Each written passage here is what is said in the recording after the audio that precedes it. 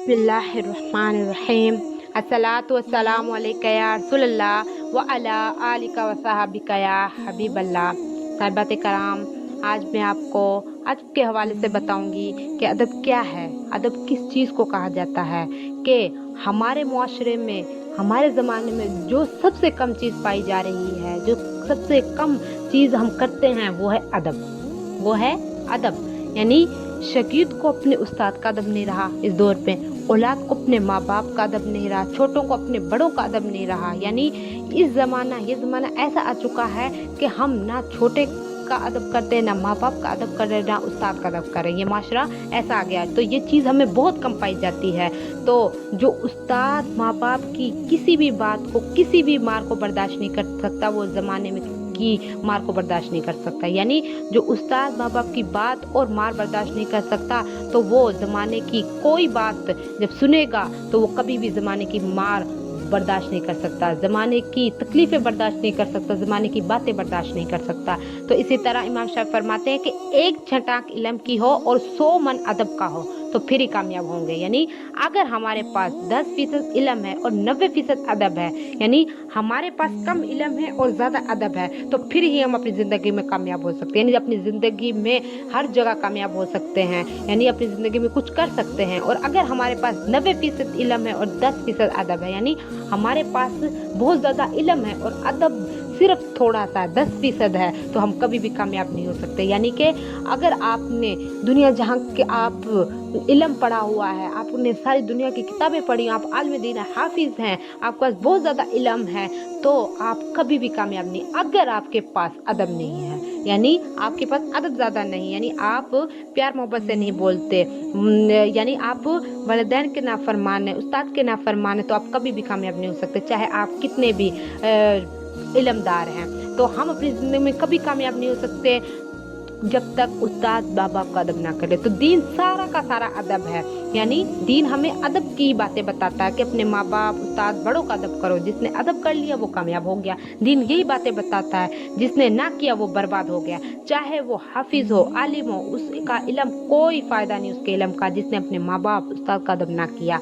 यानी जो अपने उस्ताद माँ बाप का अदब नहीं करता, उसने कितना भी इल्म पढ़ लिया, उसके इल्म का कोई फ़ायदा नहीं। तो साहिबात, अदब से ही हमको इज़्ज़तें मिलेंगी। यानी अगर आज हम अदब करेंगे तो कल को हमारा भी अदब किया जाएगा, यानी कल को हम भी माँ बाप बनेंगे, हमारा भी अदब किया जाएगा, हम भी उस्ताद बनेंगे, किसी भी फील्ड में हम किसी भी जगह पे बड़े बनेंगे तो लोग हमारी भी इज्जत करेंगे। तो वो किस बलबूते पे करेंगे? इस बलबूते पे करेंगे कि आज हम अपने बड़ों का अदब करेंगे, उनका एहतराम करेंगे, जिस जगह पर उनका अदब करेंगे तो उस जगह पर हमारा अदब किया जाएगा। इस तरह कासिम अली शाह कहते हैं, जो आज मेरी इज्जत है हर जगह पर, मैं बड़े बड़े लेक्चर देता हूँ लोगों को, मैं तकरीबन पूरी दुनिया घूम चुका हूँ, मेरी इज्जत बहुत बुलंद है, वो इस वजह से कि मेरा एक उस्ताद था।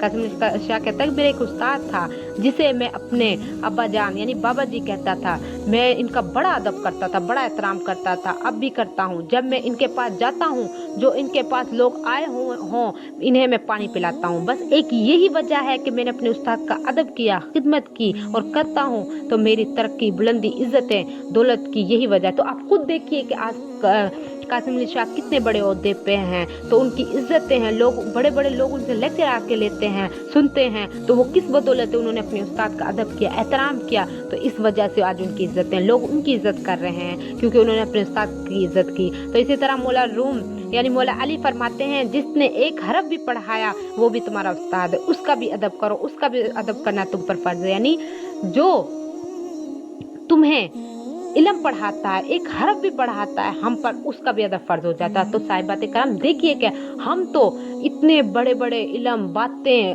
हमारे उस्ताद हमारी तरबियतें कर देते हैं, हमें पढ़ा देते हैं, हम तो उनका अदब नहीं करते। तो मौला अली ने तो यहाँ तक फरमाया कि कोई एक हरफ भी पढ़ाए तो उसका अदब करें। तो हम खुद देखें कि हम कितना अदब में हैं, कितने पानी में हैं। तो इसी तरह हम अपने माँ बाप का अदब नहीं करते कि वो माँ जिसने 9 माह हमको पेट में रखा, फिर इतनी तकलीफ़ों से जना, तो आज हम उस माँ की ही बेअदबी करते हैं, तो उस माँ को हम बुरा भला कहते हैं। तो इसी तरह इसी तरह अगर हम अदब नहीं करेंगे अपनी माँ का तो कल हमारा भी अदब नहीं किया जाएगा। तो देखिए कि हाँ, जो हमें इतनी तकलीफ़ों से पैदा करती है तो हम उसका अदब नहीं करते। तो इसी तरह बाप जो हमारी हर ख्वाहिश पूरी करने के लिए दिन रात मेहनत करता है और अपनी इज्जत तक कुर्बान कर देता है और हमारे लिए, किसके लिए, हमारे लिए करता है, तो आज हम उस बाप के सामने खड़े होकर बोलते हैं, उनका अदब नहीं करते, उनके सामने जा बोलते हैं, उनके सामने बातें सुना देते हैं, तो वो औलाद, वो बेटी या बेटा कभी भी कामयाब जिंदगी में नहीं हो सकता जो अपने माँ बाप का नाफरमान है। यानी जो अपने माँ बाप का अदब नहीं करता वो कभी भी